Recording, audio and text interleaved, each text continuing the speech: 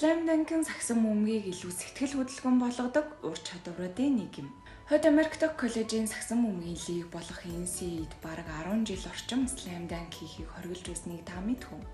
NCAA-ийн тоглолтын дундуур тоглолт хийхийг хориглох дүрм нь 1967 оноос 1976 оны улирал хүртэл хэрэгжиж байсан бөгөөд тэдний зүгээс энэхүү дүрмийг тоглолт хийж оноо авах нь ур чадвар шаардлагагүй. Мөн тоглолт хийсний улмаас гэмтэх эрсдэл өндөр гэж тайлбарлаж байжээ. Яг үүндээ энэхүү дүрм нь арьсан үний ялгарлах үзлээс болж үүссэн байна.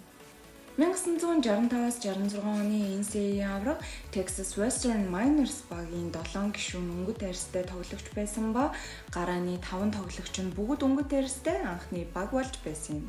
Харин шигшээ тоглолтод тэдний эсрэг өрсөлдсөн Kentucky Wildcats баг нь нэгч өнгөт арьстай тоглогчгүй дээрэн Western Miners баг өрсөлдөгчөө хурд тэцрэл дээр илүүрхэж 72-65-ийн харьцаатай ялахдаа дийлэнх оноогоо тоглолтоор авсан нь энэхүү дүрмийг зохиоход хүргэсэн болтой. M-Sports application маань Apple болон Play Store-д орсон байгаа. Та бүхэн бүртгэлээ үүсгэн алтан эсвэл платинум хэрэглэгч болоод 300 гаруй бүтээгдэхүүн үйлчилгээнээс 3-65% хүртэлх хөнгөлөлт тэтлээрээ мөн giveaway зарласан байгаа шүү.